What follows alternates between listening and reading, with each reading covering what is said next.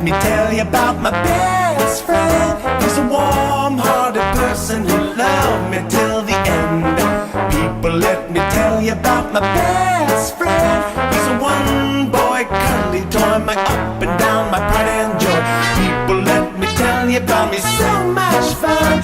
Whether we're talking man to man, whether we're talking sun to sun, 'cause he's my best friend.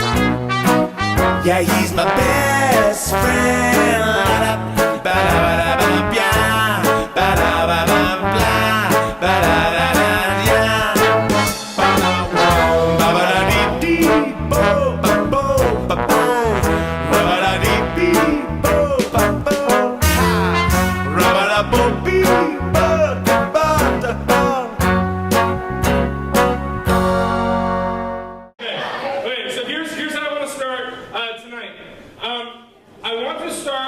By getting in your group, and look, we have very tight time constraint.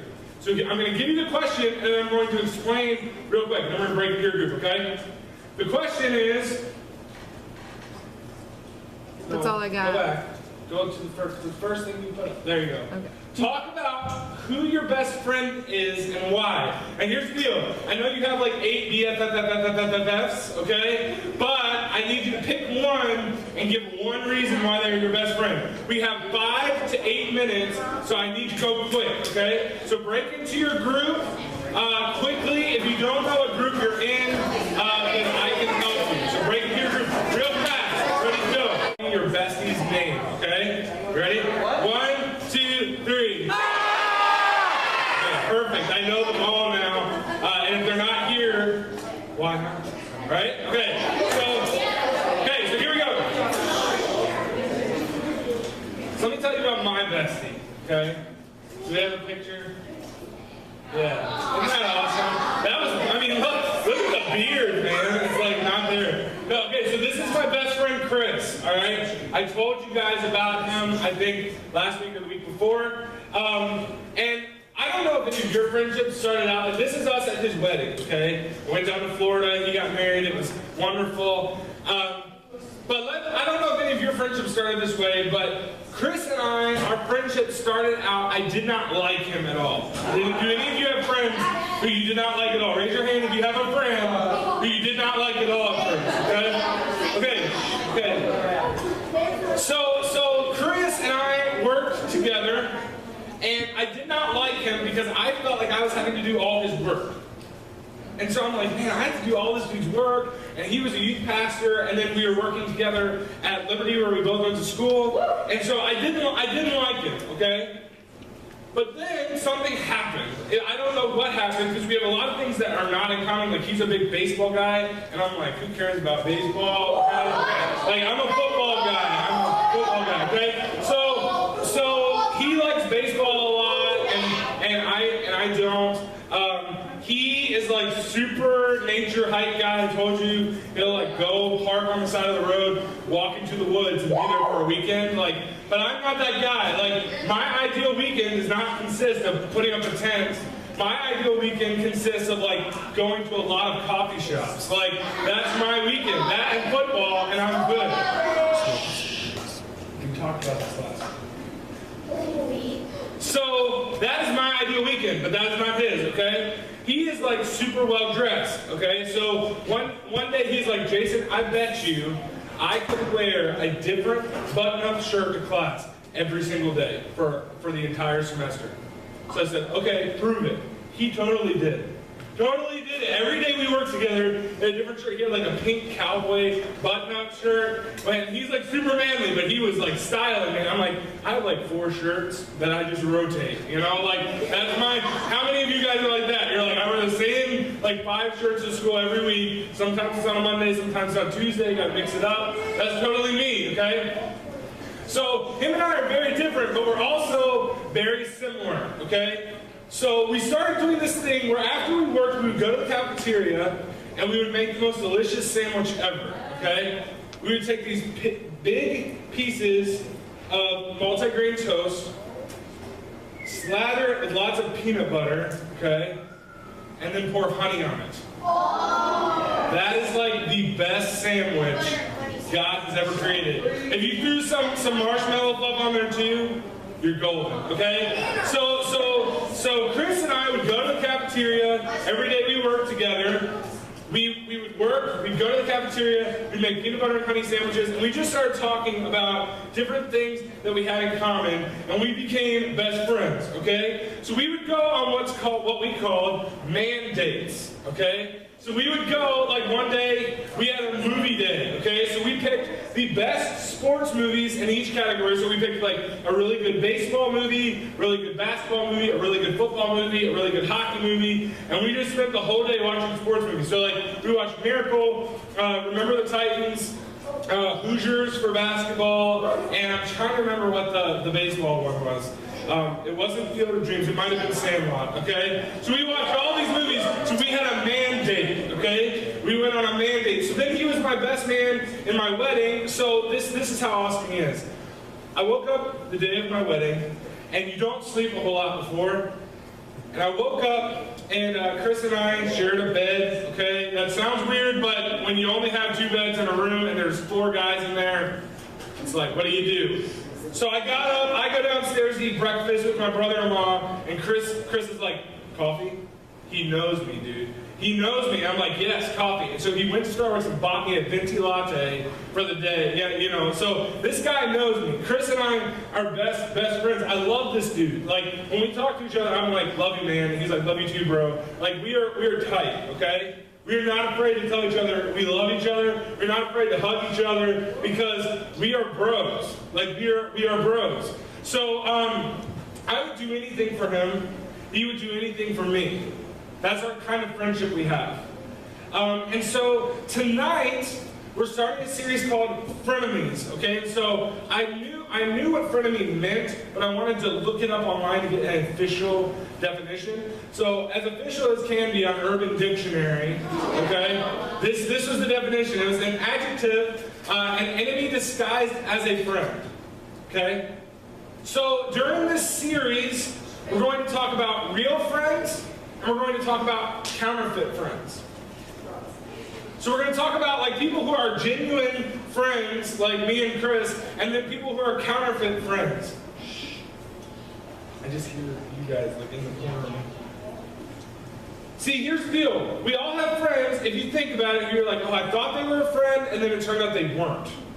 So you're picturing someone in your mind now, right? I had a friend when I was little, okay, and his name was Austin Rowe. And Austin Rowe and Ian Rowe were me and my little brother's best friends, or so I thought. But every day, we would get in a fight. Every day, okay? So we'd play together, whatever, Army. This was the guy who tried to catch a squirrel with, if you were here when I talked about trying to catch a squirrel. But then, somewhere along the day, I'd be like, I hate you, I'm never talking to you again. And we'd go to our separate houses. I thought we were really good friends, but it's like, you know, we fought every single day. His little brother turned me into the principal for something dumb one day. Like, maybe these guys aren't real friends. Maybe they're just people I hang out with. Okay? And so, we think the person is going to be BFF, best friend forever, yet for some reason, you stop being friends or just stop talking to each other. Like if you've ever been to camp and you have a camp friend, you know, and you start writing letters or nowadays emailing or whatever, texting, and then just over time, the texts become less and less, and you never talk to that person again, okay? I've totally been there. I had camp girlfriends, yeah. You know, girl, you are awesome. I miss you so much. I wish we were back at camp. She sent me one letter back, and then I was like, who's this girl? Why is she writing me? Like, you know what I'm talking? Do any of you know what I'm talking about? Yes, no? Okay, I'm glad you don't have camp girlfriends or boyfriends yet. I think Wes may know them. Do you have? Okay. I was just thinking, how many of these kids send letters to each other? Well, that's true. So, all right. So, here's the deal. The series is called Frenemies because we want to surround ourselves with real friends. Real friends who have your back, Friends who are willing to give and to take, like not the moocher friend, you know what I'm talking about? Dude, you have a pen, I'll give it back to you at the end of the period, and then they never give it back, you know what I'm talking about? We want friends who are invested in the friendship with you. And so tonight I want to talk about real friends, because next week we're going to talk about counterfeit friends. And in order to know what a counterfeit friend is, you have to know what a real friend looks like. And so it's a lot like somebody who studies counterfeit money, okay? Have any of you guys, like, do you know anything about counterfeit money? Yes, no? Heard of it at least, okay? The people who specialize in counterfeit money don't study the counterfeit money, okay? That would be, you'd think they would study the counterfeit money, but they don't. What they do, and I have a picture here, okay? So you can look and see like the different bills and all the different security stuff that's on them. They don't study the counterfeit money, they study the real money. So that when they see money that's counterfeit, they're like, oh, this is definitely a counterfeit because I know what the real one looks like.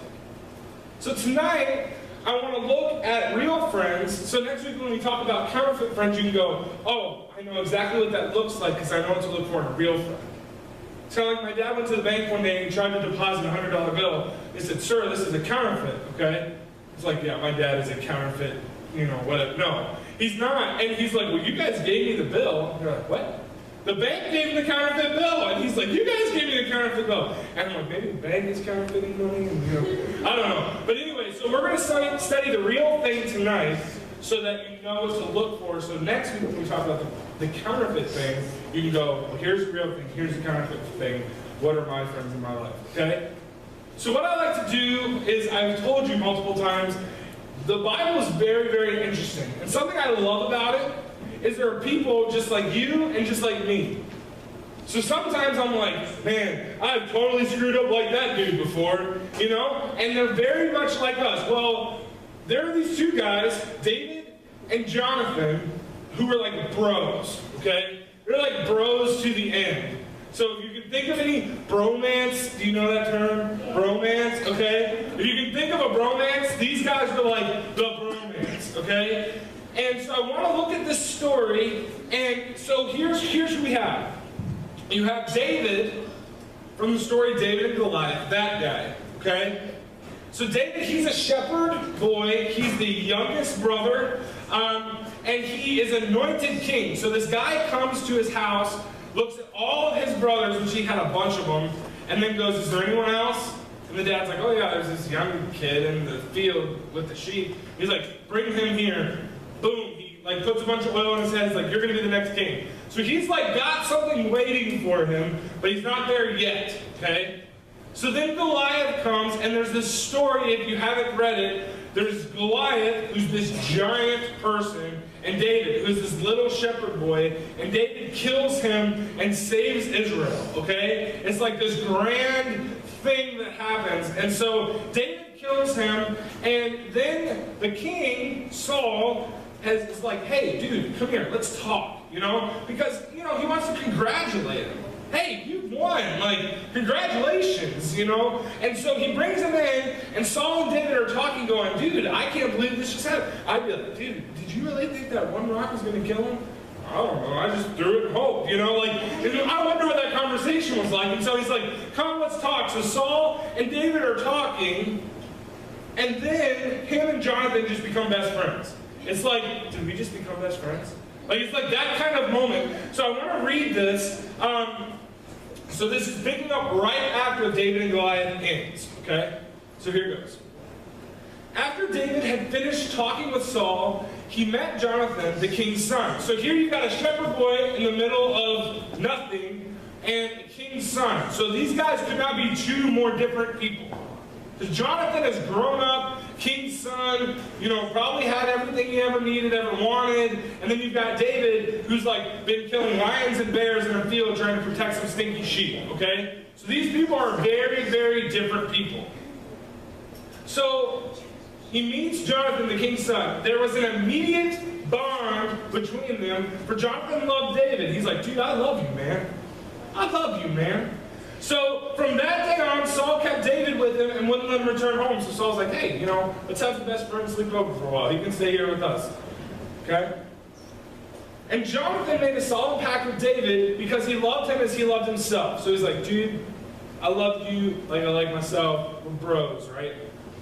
So David's being congratulated about slaying Goliath. Then he and Jonathan become BFFs. So God was blessing everything David did. It goes on as we go, and we're going to skip some parts of the passage, but women are like in the street singing songs about how Saul has killed his thousands, but how David has killed his 10,000s. Okay? So the king is hearing that going, oh, well, they're not talking about me. They're talking about this little shepherd boy who's staying over at my house. I mean, so he's like, hey, you know, I'm the king here. Like, give me my props. And they're like, well, you know, David's killed his 10,000s. You've only killed your thousands. So he gets a little bit jealous, and Jonathan's dad is really upset to the point of wanting to kill David. Wanting to kill him. So it's like your parents may be frustrated with your best friend sometimes if they do something stupid at your house they shouldn't have done, but he wants to kill him. Kill him. I don't think any of your parents have like wanted to grab your best friend's neck and strangle them to death. Okay? Like to literal death. So he then in chapter 18, we're in 1 Samuel. In chapter 18, he flies into a fit of rage and chucks a spear across the room at him. That's like pretty serious, right? Like, it's like, oh, I'm eating dinner, I'm so mad.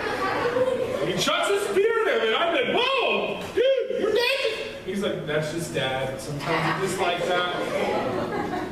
He chucks a spear at him. He's really mad. He's really jealous because everyone's talking about David, and no one's talking about me. You know, it's like a little kid throwing a fit. You get that? So then let's jump into the next part of the passage here. It says, Saul now urged his servants and his son Jonathan to assassinate David. He is done. He's like, I know he's your best friend and all, but gotta go. You know? Nick, could you imagine your dad telling you to kill Blaine? Okay? So that's what he's saying. So he's like, I want you to assassinate David. Okay, so then Jonathan's so it says, but Jonathan, because of his strong affection for David, because they were bros, told him what his father was planning. So he goes, David, dude, listen, like, I was just talking to my dad, and he just told me to kill you. And if you're David, you're like, what? Like, how do you even bring that up? Like, yeah, dude, have you watched the newest movie? Oh yeah, my dad wants me to kill you. Like, how do you bring that up? And he's like, my dad wants me to kill you. He's like, dude, are you serious? So, okay, moving on. So he says, tomorrow morning, he warned him, so Jonathan talking to David, he said, you must find a hiding place out in the fields. I'll ask my father to go out there with me, and I'll talk to him about you, and then I'll tell you everything I can find out. So he's like, okay, he wants me to kill you, I'm on your side, I'm going to do some recon. So Jonathan realizes it's not safe and tells David, and his dad loses it, okay? So this is the dad who chucked a spear, right? So got a little bit of a temper problem. So he tells David, Saul finds out, so then he flips up and tries to kill Jonathan. So the dad is trying to kill his son because he won't kill his best friend. Oh my God. I know, okay? That's what I'm telling you. I'm telling you, like, the Bible is a crazy book sometimes.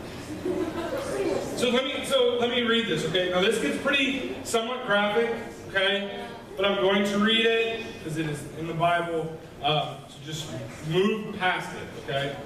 It says, Saul boiled with rage and at Jonathan, and he said that, okay? He swore at him, do you think I don't know you want him to be king in your place? So he's really, really upset. He's like, you want him to be king. So then it goes on and it says, shaming yourself and your mother, as long as that son of Jesse is alive, you'll never be king. Now go and get him so I can kill him. So he still said, I'm going to kill him. It says, but why? So this is Jonathan replying. He says, but why should he be put to death? Jonathan asked his father, what has he done? Then Saul hurled his spear at Jonathan, intending to kill him. So at last, Jonathan realized that his father was really determined to kill David. I'm like, dude, you finally realized that? Like, I think you should have realized that when he chucked the spear at David's head. But, so Jonathan left the table in fierce anger and refused to eat on that second day of the festival, for he was crushed by his father's shameful behavior toward David. As soon as the boy was gone, okay, so this is jumping. So he realizes what's going to happen. He tells David, okay, this is how I'm going to tell you if it's safe or not. I'm going to shoot some arrows. If they go beyond, then it's not safe. If they go next to it, then it's safe. And I'm going to send this boy out there and you'll be able to tell, okay? So he goes, as soon as the boy was gone, so he sends him with the arrows. David gets the signal. David came out from where he was hiding near the stone pile. Then David bowed 3 times to Jonathan with his face to the ground. This was like a customary, greeting type deal. And it says, both of them were in tears as they embraced each other and said goodbye, especially David. So these guys are realizing this may be the last time I see my best friend ever. Because his dad wants to kill me and I've got to get out of here. So at last Jonathan said to David, go in peace, for we have sworn loyalty to each other in the Lord's name. The Lord is the witness of a bond between us and our children forever. Then David left and Jonathan returned to that town. So this is a crazy story, right? About 2 real friends and then 1 real angry dad. And so sometimes it's very easy to read passages, just like that. Sometimes it's very easy to read passages in Scripture and go, okay, that's an empty story, let's move on. But there is something I want to draw. So I want to pull out some things that you notice in Jonathan's life toward David that will show you things that you may want to look for in real friends. So 1, a real friend puts the friendship puts the friend before the friendship. In that first part of it, it said, Jonathan loved David more than himself. He was willing to put his life at risk. His dad tried to kill him because he was trying to protect his best friends. There's a verse in John 15:13. It's talking about Jesus dying on the cross, and it says, there's no greater love than to lay down one's life for one's friends. So if you're looking for a real friend, it's someone who's willing to put you before the friendship. So sometimes that means you have to tell them something that's really uncomfortable to say. So they do something really dumb and you notice it and you're like, man, if I tell them that they did something really dumb, they may never talk to me again. But because I'm a real friend, I need to tell them. So I don't know what situation that may be for you, but that's a sign of a real friend. Now, if they're a real friend back, then they'll take what you have to say and then go, okay, I need to work on that and move past it. A true friendship, okay, is a 2-way friendship. So like I mentioned the mutual friend earlier, it's not like someone going, oh yeah, I'll do anything for you, bro, I'll do anything for you. This would not be a real friendship if it only was Jonathan helping David, and then David went behind his back and did something behind his back, right? You'd be like, man, David's a jerk. But here's the deal. When Jonathan died, okay, so Jonathan stayed in town, he fought in some wars. News got to David that Jonathan had died in a battle. David took time and just wept. His best friend had died. That meant a lot to him. It's a 2-way street. It's not a 1-way street. Jonathan, think of this. Jonathan was next in line to be king. And he said, David's been anointed. So, you know what? I'm going to give up my opportunity to be king because God's chosen David to be king. That's giving up a whole lot for a friend. That's giving up a whole lot for a friend. To be saying, hey, I could be king if I killed you, but you know what? Our friendship means more to me than that. So you be king, and I'll just be a loyal friend. Okay? Number 2, a real friend has got your back. So it's kind of this phrase, it's kind of military terminology. So if you're in the military, and you say, I've got your back, what that means is 2 guys are basically covering each other's flanks. You've got your gun, you're making sure, hey, if a guy comes in that way, I will protect you. If a guy comes in that way, you will protect me. That's what that means. They're like, hey, if someone comes, I am going to do my best to protect your life. That's what that term means. And so Jonathan does that. He's like, dude, I have your back. His dad hurls a spear at him, and he's like, whew, I didn't know it would mean death, but okay. A real friend has got your back. And start thinking about it. Like, you call someone a friend, and then you're like, man, are they really a friend? I can think of plenty of people that I went to school with, that I went to church with, that when I needed something, it was like, oh, sorry, dude. I'm like, what? You know, like, I thought you were, oh man, I don't have the time, I can't do that. Hey man, I really want to call him on the phone. Hey, I really want to talk to you, catch up with you. Oh dude, I'm busy. I'm busy tomorrow, I'm busy next week. You know, sorry, I can't talk. Can't take 5 minutes to talk to you on the phone. Start thinking, okay, does this guy really have my back? Is this person really a real friend? And so David's getting death threats, death attempts, and Jonathan's like, dude, you're my friend. I've got your back. And lastly, a real friend will be there when no one else is. I've had times, okay, when I left the first church I was at, okay, I was moving in with my parents. So that's not, you know, like, that's not what you want to do with a wife. Be like, hey, wife, I love you. Let's go live with my parents. You know, like, you just don't want to do that. Like, you probably now are like, there will be a day when I don't have to live with my parents anymore. Okay? So I'm like, hey, wife, you know, I love you. We're going to move in with my parents. And she said, okay. Because you know what? Like, listen, there's a point to that. Because she's my wife, but she's also my best friend. And so, that's not, I'm not going for the odds, okay? I'm trying to make a point here.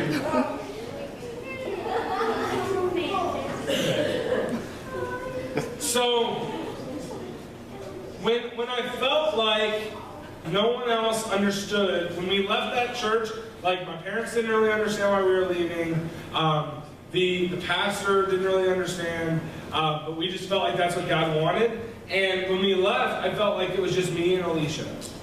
Like that was it. Like it was just her and me, and she had my back. She was like, listen, I'm with you. Even if we feel like no one else is with you, I'm with you. That's a real friend. That's someone who, like in school, when you're like, hey, you know, I'm a Christian, and everyone's like, peace out, dude, you're weird. And then you got the one friend who's like, hey, you know, I'll still sit with you. I may not be a Christian, but I'll still sit with you. Or maybe they are a Christian. Hey, I'll sit with you. A real friend's there when no one else is. And I love in this passage that we just read how it says they cried. Like, they weren't too masculine to cry and hug each other and be like, dude, I'll miss you. Dude, you know, it's going to be hard. I mean, I may never see you again, but you're my best friend. And the cool thing is, when Jonathan dies, when David eventually takes kingship, okay, if you read through 1st and 2nd Samuel and stuff in the Old Testament, when David becomes king, he asks, okay, are there any relatives of Saul and Jonathan that I can take care of? So if you read that, you read before and it's like, the bond between us and our children forever, like the Lord is a witness to that, he's like saying, so he fulfills his part of the promise. He's like, dude, I got your back. Is there any family members I can take care of? And the only family member they can find is a guy in a wheelchair who can't do anything for himself. And David says, bring him into my house. I'm going to take care of him until he dies. And take care of him for the rest of his life. David fulfilled his end of the friendship. So here's the deal. My main point for tonight is this. Your friends determine the direction and the quality of your life. Your friends determine the direction and the quality of your life. Now here's what I mean by that. If you have really crappy friends, then your life is going to go in a crappy direction. Just being honest, if you have friends that are always getting in trouble, most likely you are going to follow them and start getting yourself in trouble. You can watch TV shows, okay? I'm watching the show Friday Night Lights right now. Okay, I don't know if any of you guys have seen it. It's on Netflix. It's about football. And this one girl started hanging out with this other girl who's a really bad influence. She starts getting in trouble in school, and she never got in trouble in school. And so her parents are asking her, what's going on with you? It's because she was hanging around crappy friends. But if you have really good friends, friends who have your back, friends who want to see the best out of your life, then your life is probably going to go in the right direction. Your life is probably going to be a little bit better because you have good friends in your life. You have people you can talk to, people who are real friends and not counterfeit friends. So, what does that mean? Maybe that means you need to look at your friends and go, who are my real friends and who are my fake friends? Because we can spot fake, right? We can tell when people aren't real. What would it look like if instead of being around people who drag you down, you were around people who made you better? The world would be a lot better, you would be a lot better, your family would be a lot better. So here's my final question, okay? And then we're going to break off into groups. If your friends determine the direction and quality of your life, then where are you heading? If your friends determine the direction and the quality of your life, then where are you heading? So let's pray. We're going to break into groups, and that'll be it for tonight. Father God, I thank you for real stories in Scripture, God, for guys like David and Jonathan who are just real friends who had each other's backs, God. And I can look at that story, I can see myself, I can see Chris and go, God, thank you for a real friend like him. But God, we're all surrounded by people we think are friends but are just counterfeit. We're surrounded by people who say they're friends and then they don't really have our back. They say they're friends, but then they're really talking about us behind our back, God. And so I just pray that we could realize those things in our life. God, that we could find friends like Jonathan. Friends who are there with us to the end, even if that means putting themselves at risk. In your name I pray.